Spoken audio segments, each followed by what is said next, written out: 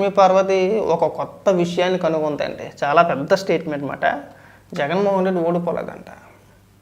మొన్న జరిగిన 2024 ఎన్నికల్లో జగన్మోహన్ రెడ్డి ఓడిపోలేదు, 104 సీట్లతో గెలిచాడు. జగన్మోహన్ రెడ్డి 104 సీట్లతో గెలిచినా సరే 11 స్థానాలు ప్రకటించి ఓడిపోయినట్టుగా ప్రకటించేశారు జగన్మోహన్ రెడ్డిని. జగన్మోహన్ రెడ్డి ఓడిపోయినా సరే ఇదే మేమంతా ఈ వాటికి మంత్రి హోదాలో ఉండాలని మాట్లాడుతుంది. ఒకసారి ఏమని మాట్లాడుతుందో వినిపిస్తుంది చూడండి. మనం ఎట్లా ఆ రోజు బ్రిటిష్ విధానాలు ఎలా ఉన్నాయో దేశంలో, ఈ రోజు ఆంధ్రప్రదేశ్ లో అవే బ్రిటిష్ విధానాలన్నీ కూడా అమలు చేస్తా ఉన్నారు. ఇష్టం వచ్చినట్టు నిరంకుశ విధానాలన్నీ అమలవుతా ఉన్నాయి. ఈ టైంలో మొన్న జరిగినటువంటి ఎలక్షన్ లో మన జగన్ గారు ఓడిపోలేదు, గెలిచారు. నిజానికి 104 సీట్లతో ఆ రోజు జగన్మోహన్ రెడ్డి గారు గెలిస్తే, కానీ 11 సీట్లతో మనం ఓడిపోయినట్టు డిక్లరేషన్ ఇచ్చారు. అలా ఎలా చెప్తారు? నీ పిచ్చి కాకపోతే అలా ఎలా చెప్తారని నాకు అర్థం కావట్లేదు. అసలు మైండ్ పని చేసి మాట్లాడుతున్నారా, మైండ్ పని చేయకుండా మాట్లాడుతున్నారా, ఏం మాట్లాడుతున్నారు మీరు? అసలు ఎందుకు మాట్లాడుతున్నావు? క్లారిటీ అని ఉందా? ఎందుకంటే పిచ్చోళ్ళు చేస్తారు అందరినీ కూడా. మీ దగ్గర ఆధారాలు ఉండవు, సరైన ఆధారాలు ఉండవు. 104 సీట్లతో గెలిస్తే 11 సీట్లుగా ఓడిపోయారని చెప్పేసి డిక్లేర్ చేశారు. అలా ఎలా చేసేస్తారండి? అంత పెద్ద వ్యవస్థ. మరీ పిచ్చోళ్ళలా మాట్లాడుతున్నారు, మరి గొర్రెలా మాట్లాడమాకండి. అంటే వింటారులే, జనం వింటారులే. ఇంకా ఎంతో కొంతమంది అమాయకులు ఉంటారు, ఏమీ తెలియని అమాయక ప్రజలు ఉంటారు. కనీసం వాళ్ళనన్నా మభ్యపెట్టి మనం బతికేద్దామనే ఆలోచన విధానాలు ఇవన్నీ కూడా. మీ పిచ్చి కాకపోతే జగన్మోహన్ రెడ్డి పోవాలని చెప్పి వదిలేస్తాడా పని? ఇంక ఈ పనికి మళ్ళీ డైలాగులే వద్దని చెప్పేసి అనేది మాట్లాడు ఇంకా మాట్లాడుతున్నావుగా. అంటే రేపు మన బాధ్యత ఏంటనేది కొంచెం ఆలోచించాల్సిన అవసరం ఉంది. ఎందుకు మహిళా సైన్యం అన్నానంటే, ప్లీజ్ రేపు ఎలక్షన్స్ ని మనం ఎట్లా ఎదుర్కోవాలి, ఇది మెయిన్. ఇవన్నీ పథకాలు నిజంగానే దేశంలోనే జగన్మోహన్ రెడ్డి గారు అమలు చేసినటువంటి, ముఖ్యంగా స్త్రీల కోసం, మహిళా ఎంపవర్మెంట్ కోసం ఆయన చేసిన విధానాలు నాకు తెలిసి ఎవరు చేయలేదు. అన్నీ తీసుకొచ్చి మహిళలకు ఒక అండగా నిలబడి ఆయనే ఒక అన్న అయ్యారు, ఆయన ఒక తండ్రి అయ్యారు, ఆయన ఒక తమ్ముడు అయ్యారు, ఆ ఇంటి పెద్ద అయ్యారు, కుటుంబంలో ఒక సంరక్షకుడు అయ్యారు. మా బుక్కుల మీద బొమ్మ వేసాడు, మా ఆస్తుల మీద బొమ్మ వేసాడు. అందుకేనా పాస్బుక్ల మీద బొమ్మ వేసాడు, బర్త్ సర్టిఫికేట్ల మీద బొమ్మ వేసాడు, డెత్ సర్టిఫికేట్ల మీద బొమ్మ వేసాడు, ఎక్కడ బిల్లింగ్ కనబడితే అక్కడ రంగులు వేసాడు. శివరాఖరికి మా దేవుడు మూలనే చక్కగా మా నమ్మకం నువ్వే జగన్ అని చెప్పేసి ఒక స్టిక్కర్ని అంటించేసారు. అందుకేనా ఈ సోత వద్దండి. ఆ భజన చేసి ఆ 11 స్థానాలుగా పడిపోయారు. అన్న అయ్యాడు, తమ్ముడు అయ్యాడు, తండ్రి అయ్యాడు, పెద్ద అయ్యాడు. మా ఆస్తుల మీద బొమ్మలు వేసేసాడు, మా పొలాల సరిహద్దులు గుట్ల రాళ్ళపైన బొమ్మలు వేసేసాడు, మా ఆస్తులు దుబ్బెత్తడానికి ప్రయత్నాలు చేసాడు, అన్ని ప్రయత్నాలు చేసాడు. చెయ్యని ప్రయత్నం అంటూ ఏమీ లేదు.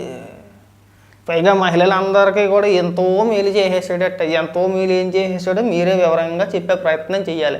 చేసేసారు అన్న డైలాగ్ కొట్టేయడం కాదు, వివరంగా చెప్పే ప్రయత్నం చేయాలి. ఇగో ఇది చేసేమో అని చెప్పేసి అని ఏం చేశారో వివరించే ప్రయత్నం చెయ్యాలి. నేను చెప్పేస్తాను అన్నీ చేసేసామని చెప్పేసి అట్ట కాదు. జగన్మోహన్ రెడ్డి మహిళల గురించి ఏం చేశాడు, దానికి ఒకదానికి సమాధానం చెప్పండి. ఆ దిశా చట్టం తీసుకొచ్చారు, ఆ చట్టం ఆమోదమే కాలేదు. చట్టం ఆమోదం కాల, అది అందరికీ తెలిసిందే. అయినా సరే మళ్ళీ అదే ప్రస్తావించి దాని గురించే మాట్లాడతారు. మీరు చెప్పండి, దిశా చట్టానికి సంబంధించి పోనీ దిశా చట్టం పేరుతో ఎంతమందిని అరెస్ట్ చేశారు, ఎంతమందికి మీరు శిక్ష వేశారు? వాళ్ళ పేర్లు ఉంటాయిగా, వాళ్ళ లిస్ట్ ఉంటాయిగా, చెప్పే ప్రయత్నం చేయండి. ఊరికి ఎందుకు పనికి మళ్ళా మీరు చంద్రబాబు నాయుడు గారిని విమర్శించడానికి తప్పితే మీరు దేనికి పనికిరారు. ఈ మధ్యకాలంలో చంద్రబాబు నాయుడు గారు వీళ్ళకి ఒక పేరు పెట్టారు, గొడ్డల పార్టీ అని చెప్పేసి అని. ఆ గొడ్డల పార్టీ అని చెప్పేసి అని ఏదైతే ఒక బిరుదు ఉందో అక్కడి నుంచి వీళ్ళకి నిద్రపట్టట్లా. ఎవడెవడో వస్తాడో ఏదేదో మాట్లాడతారో మమ్మల్ని అంటారా అంటే, మీరు అనేక పేర్లు పెట్టారు చంద్రబాబు నాయుడు గారికి.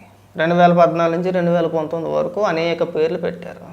మీరు అధికారంలో ఉన్నప్పుడు అంతకు మించి బూతులు దాడి, దాంతోపాటు తెలుగుదేశం పార్టీకి రకరకాల పేర్లు పెట్టారు. మీరు చాలా పేర్లు పెట్టారా? మరి అలాంటిది మీ పార్టీకి సపరేట్గా ఒక గొడ్డల పార్టీ అని చెప్పేసి అని పేరు పెడితే మీకు ఎందుకండి అంత నొప్పి?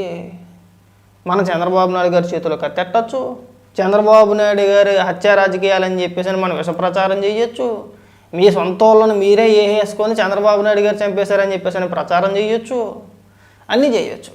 మేము సింపుల్గా ఒక పేరు పెడితే తప్పు వచ్చేసింది అంతేనా?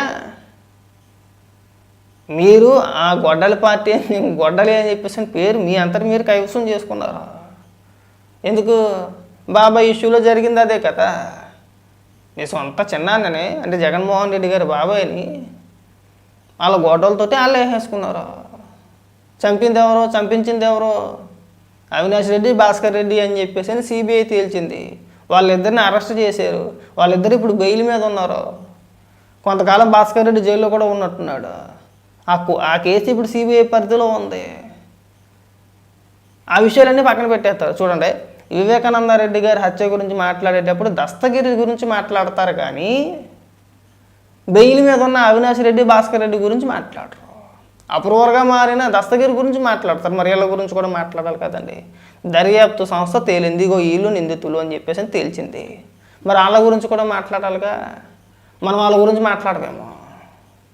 మన ఇక్కడ నోటికి ఏదొస్తే అది మాట్లాడేయడమే. ఇక్కడ ఇంకా మాట్లాడరా.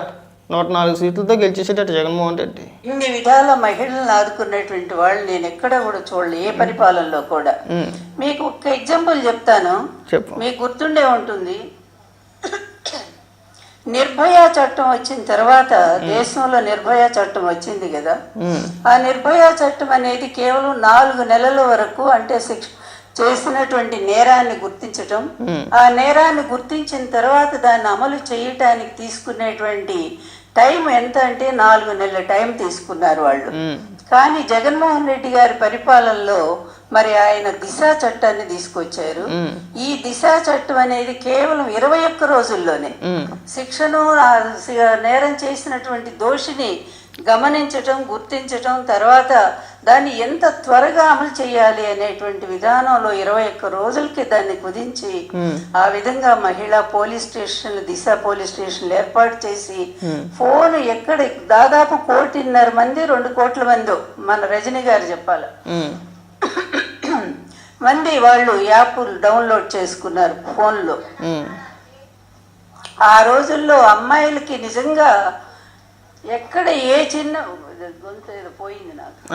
అట్టా పోద్ది. అబద్ధాలు మాట్లాడేటప్పుడు అట్టా పోద్ది గొంతు, అట్లా పోతుంది గొంతు మనకి. దిశా చట్టాన్ని మళ్ళీ చెప్తున్నా, దిశా చట్టం అమలు కాలేదు, కేంద్రం ఆమోదింపబడలేదు, కేంద్రం ఆమోదించలేదు, బిల్లు వెనక్కి పంపించేశారు.